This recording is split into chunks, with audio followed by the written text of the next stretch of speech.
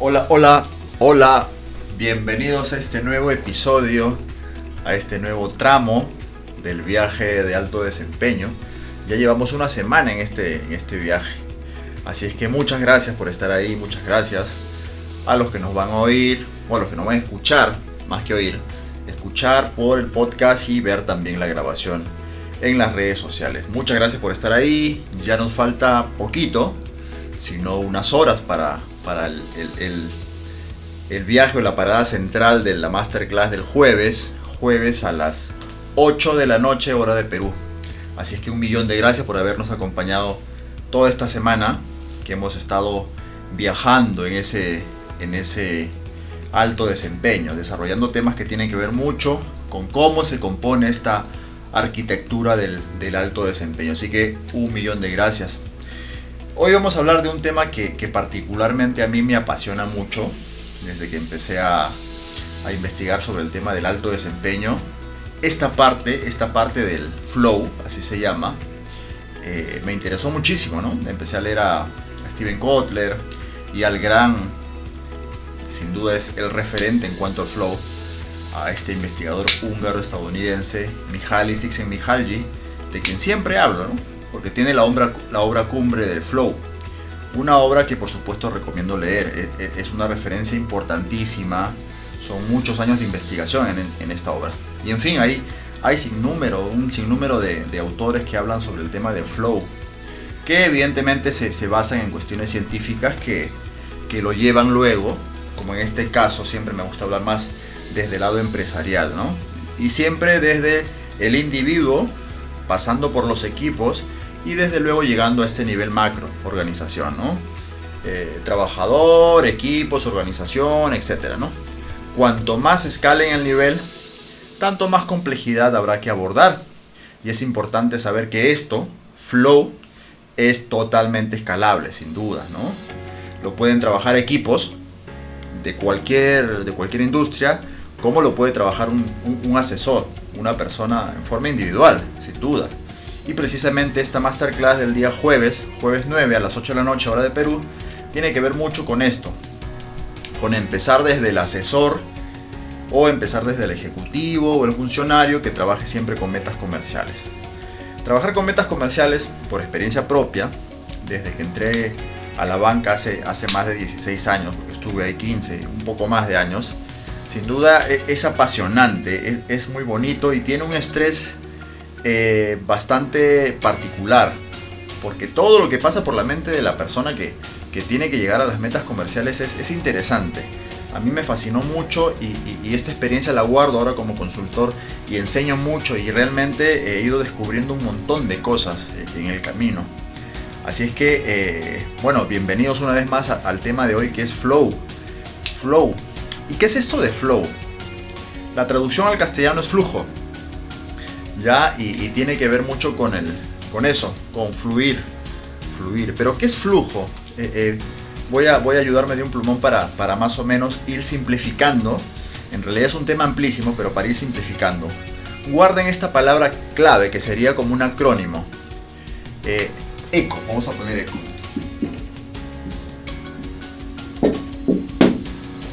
Eso es flujo, eso es flow.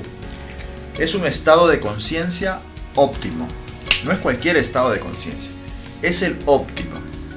En este estado de conciencia al cual todos en algún momento hemos llegado, probablemente sin advertirlo, probablemente sin darnos cuenta, porque hemos perdido la noción del tiempo, hemos perdido prácticamente todo lo que existe alrededor, hemos perdido la noción del espacio y del tiempo.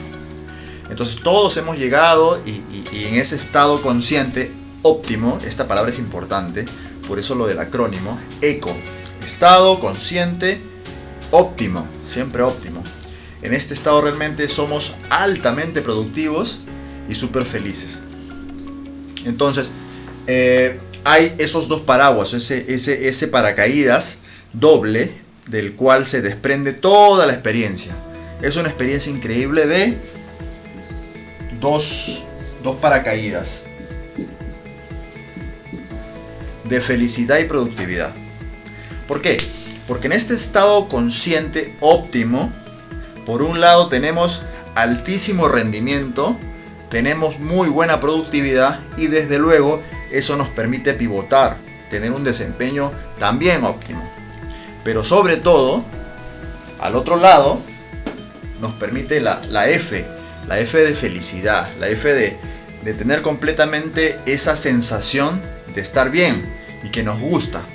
Y precisamente nos gusta porque, como todos sabemos, el cerebro, que procesa un montón de cosas a la vez, genera muchos disparadores. Y en esta generación de neurotransmisores y demás, este particular estado óptimo genera cinco químicos que se disparan por todo el cuerpo a la vez. Y nos genera unos fenómenos que son increíbles de mapearlos, ¿no? De tenerlos en cuenta para que nosotros, cuando ya estemos entrenados para entrar en flow, en este estado alterado de conciencia, porque nosotros podemos fabricar esas condiciones, pero primero hay que conocerlas, ¿no? Entonces, esos 5 químicos que están por todo el cuerpo a la vez, ¿no? Que es precisamente en este estado óptimo de conciencia, hacen algo importantísimo, que es eleva esa capacidad de hacer un mayor foco en la actividad. Ojo, el estado de flow son 2 cosas principales. Está la conciencia misma, que se envuelve en una acción. Esta acción puede ser una tarea, puede ser cualquier deporte que te guste, etc. Pero tiene mucho que ver la conciencia que se envuelve en la acción. Y se envuelve tanto que te hace perder precisamente por eso el entorno, la sensación del tiempo, etc. ¿No? Por lo tanto, este fenómeno, el enfoque, se vuelve más fino, de manera tal que toda tu atención está básicamente inmersa, toda la atención está inmersa en ese foco, en la tarea. Si es en el trabajo, probablemente estés desarrollando una negociación con un cliente y estás tan metido, tan inmerso en la actividad, que no te das cuenta que la hora está pasando, no te das cuenta siquiera que tu jefe te está llamando al celular, no te das cuenta de nada. Por lo tanto, esa actividad, ya, que tiene ese fenómeno que hace que el foco sea lo único que estás viviendo, obviamente respetando estas 2 cosas. Como estás muy enfocado, estás produciendo, ¿sí? Y como estás en flow, estás feliz. No tienes necesidad de pensar si esto está bien, esto está mal, pero evidentemente en ese camino hacia el flow te vas a dar cuenta que estás actuando bien, sin duda. Eso es un fenómeno, ¿no? Que el enfoque se vuelve bastante fino y no existe más nada, existe aquello en lo que estás destinado o inmerso en esa actividad mágica. El otro fenómeno que sucede es que esos 5 químicos que actúan en todo el cuerpo a la vez, por eso es mágico, hace que cualquier dolor conocido desaparezca. En todo caso, ya no eres consciente que ese dolor está presente. O si te dolía una rodilla, lo que fuera. En el deporte, por ejemplo, sucede eso, ¿no? En el deporte de alta elite, de alta competición, pasa que permanentemente los atletas, los de alto nivel, están entrenados en flow. Conocen perfectamente cuál es el camino, el trayecto. Por eso para ellos no es raro arriesgarse. Por ejemplo, en una ola, ¿no? Se arriesgan. Más adelante vamos a conocer cuáles son las condiciones básicas para nosotros ponernos a prueba el flow. Entonces, como tienen ese enfoque producto de esta experiencia química en el cuerpo, ¿ya? Pierden también la idea del dolor. Puede que haya alguna alteración en el cuerpo físico, pero igual pierden esa sensación de dolor. La pierden por completo. Y un tercer fenómeno, pero no por ello menos importante, es esa increíble lluvia de ideas que se genera. El brainstorming normal, como lo conocemos, la lluvia de ideas, queda pequeña porque en ese momento de flow, nosotros tenemos esa creatividad que normalmente no tenemos cuando somos un poco más juiciosos, ¿no? De los 3 cerebros que tenemos, como ya hablamos en las ediciones anteriores, ya el analítico, el emocional y el reptiliano, ya la parte en la que nosotros somos juiciosos y decimos esto de aquí puede ser, esto no puede ser, ya no. Hay una prevalencia importante de aquello que emocionalmente nos lleva hacia adelante. Por eso nos volvemos súper felices y estamos altamente productivos también. Entonces, esto quiere decir que, no olviden, el enfoque se vuelve súper fino. la idea del dolor desaparece y nos volvemos altísimamente más creativos. Altísimamente más creativos. Por eso cuando, por ejemplo, en el caso de los pintores se pueden pasar horas y horas pintando y están en flujo, están fluyendo permanentemente y se les ocurre una idea por acá, una idea por acá. El músico pasa lo mismo y las horas pasan y probablemente se olviden hasta de comer. Nos ha pasado, me ha pasado. Entonces se dan cuenta perfectamente cuáles son las características de este estado, de este estado de conciencia óptimo. Ahora, hay definitivamente elementos que hay que considerar para nosotros entrenarnos en forma muy individual, muy personal en el trabajo, en la casa, en el deporte o también en nuestros equipos. Para las personas que siendo asesores, por ejemplo, el jueves voy a hablar de esto, cómo pueden entrenar esta parte para que cuando logren dirigir equipos sencillamente sea una extensión de aquello que aprendieron. Entonces, por ejemplo, nosotros debemos entender que nosotros podemos construir esos escenarios a partir de los cuales podemos entrar en flow, que es un estado completamente, digamos, al alcance, si es que entendemos esta ruta y si es que la ponemos en práctica, ¿no? Entonces, hay cosas externas a uno, ¿ya? Hay cosas externas a uno, como por ejemplo tiene que ver el riesgo en el deporte, ¿no? Que no está dentro de nosotros. Hay cosas externas, ¿no? De pronto una ola muy alta, de pronto una montaña demasiado elevada, de pronto condiciones extremas en la carretera para los conductores, etc. Pero hay cuestiones internas al individuo. Esas son las que voy a mencionar. Hay dos condiciones básicas que hay que tener en cuenta si nosotros queremos entrenarnos en esto del flow. Uno es la dificultad de la tarea, del deporte, del partido, del proyecto, del estudio, de la maestría, de la tesis, etc. Uno es la dificultad del reto y otro, importantísimo, es la habilidad que tenemos nosotros. Por eso suele suceder que cuando nosotros tenemos un encargo, una empresa, un desafío demasiado alto, pero sabemos que nuestras habilidades no alcanzan, sencillamente sonamos, nos ponemos ansiosos y podemos, como decimos frecuentemente, tirar la toalla, ¿no? Como conocemos frecuentemente, no que lo hagamos siempre, ¿no? Porque puede que no pase eso en las personas que buscamos el alto desempeño.